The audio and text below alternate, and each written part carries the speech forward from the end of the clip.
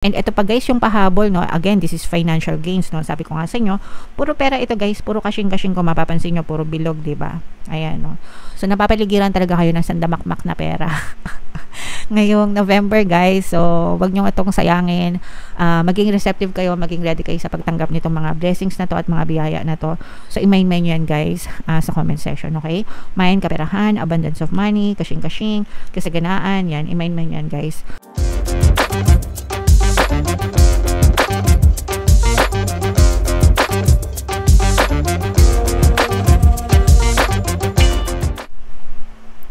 Hello guys, hello Leo. Welcome back to Pinoy Pixie Tarot. Ang pamagat ng episode natin for tonight is first half kapalaran ngayong November. So November 1 to 15 para sa Leo, Sun, Moon, Rising, Sign, and Venus. In case na hindi kayo makaresonate dito guys, try nyo panoorin yung video natin para sa monthly November. Baka nandun yung energy nyo guys.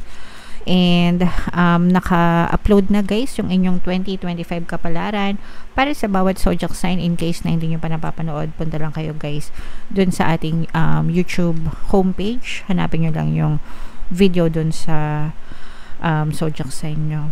So ito yung mga mensahe sa inyo na mga pwede nyo ma-experience ngayong November 1 to 15. Meron tayong protest dito guys at saka compromise. Pagsamahin natin ito kasi ibig sabihin nitong protest may nagpo-protesta sa inyo, may tumatanggi, may nagdi-disagree sa inyo mga kapiksino, and ang kailangan nyo lang dito is makipag-usap and makipag-compromise guys ng maayos.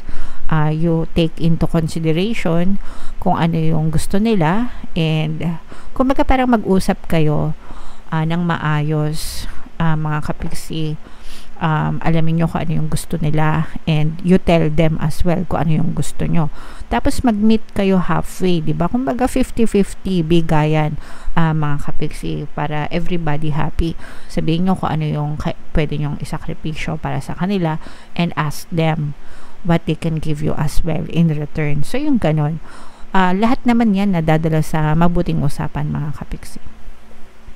So, nasa pakikipag-usap lang yan ng maayos guys. Huwag nyong idaan sa init ng ulo, ba diba?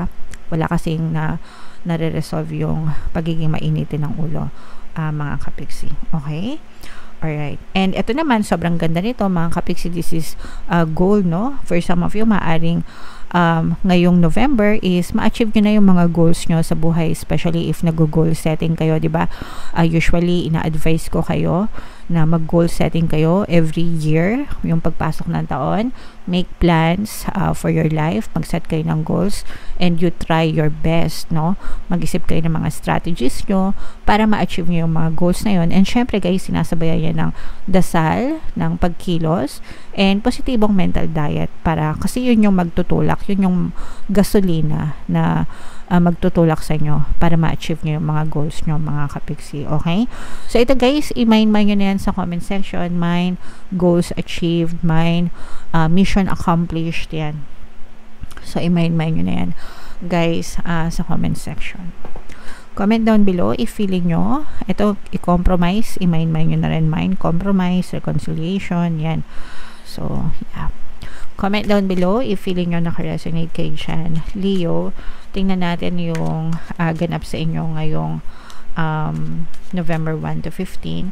Shuffle ko to mga kapiksi. Habang sinashuffle ko to, panoorin nyo muna yung video natin regarding sa ating paano mag-manifest ng abundance video course.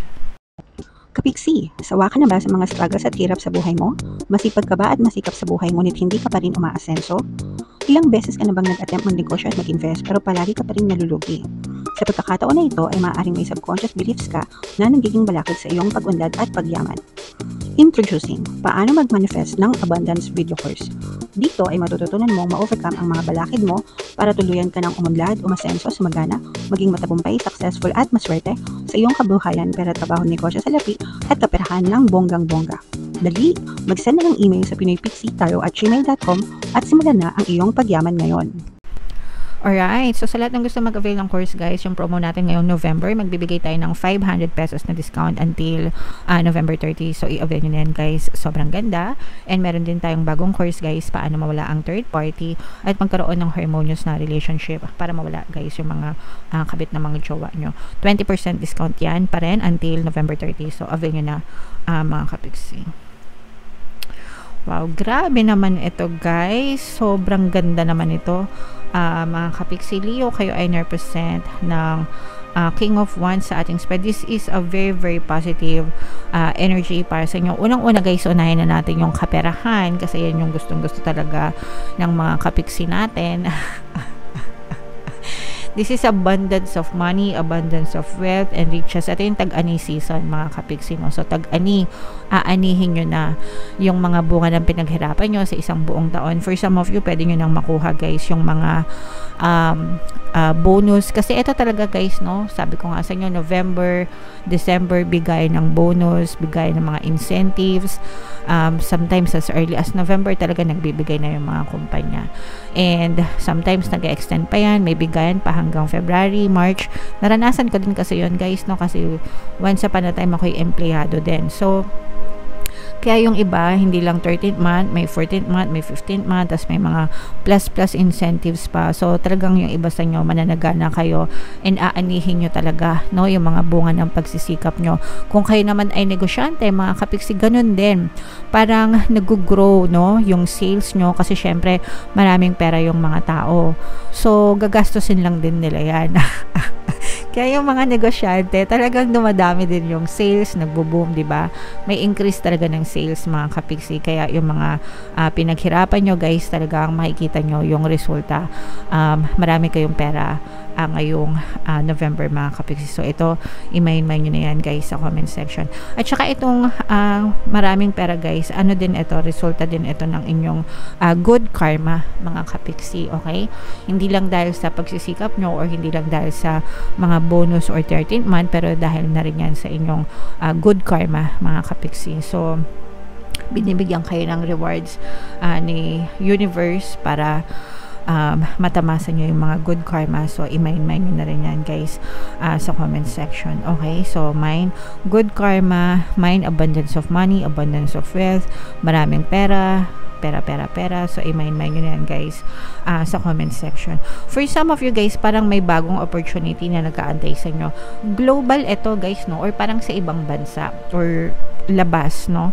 If nagpaplano kayo na mag-abroad or may mga ina-applyan kayo sa abroad or cross-country, parang movement ito guys, no? Parang magko-cross-country or lilipad sa ibang bansa, ganyan. So ito, parang magbubukas ng opportunity sa universe para sa inyo. So kung ito yung tina-target nyo, go lang mga kapiksi. Marami kayong choice, no? Parang bibigyan kayo ng choice ni universe ng mga iba-ibang pamamaraan, tsaka parang iba-ibang bansa, no? Parang kayo na yung bahalang mamili kung anong bansa yung gusto nyong puntahan. Parang sinasabi dito ni universe na the choice is yours. Sabihin mo lang sa akin kung ano yung choice mo and I will make it happen para sa iyo. Okay? So, yan. Grabe. And eto pa guys, no, for some of you, this is the energy of socialization, party. Hindi na talaga to nawawala guys kapag bare months. Planuhin nyo rin ng maayos. Kasi eto na yung mga reunion time, party time, mga Christmas parties, di ba?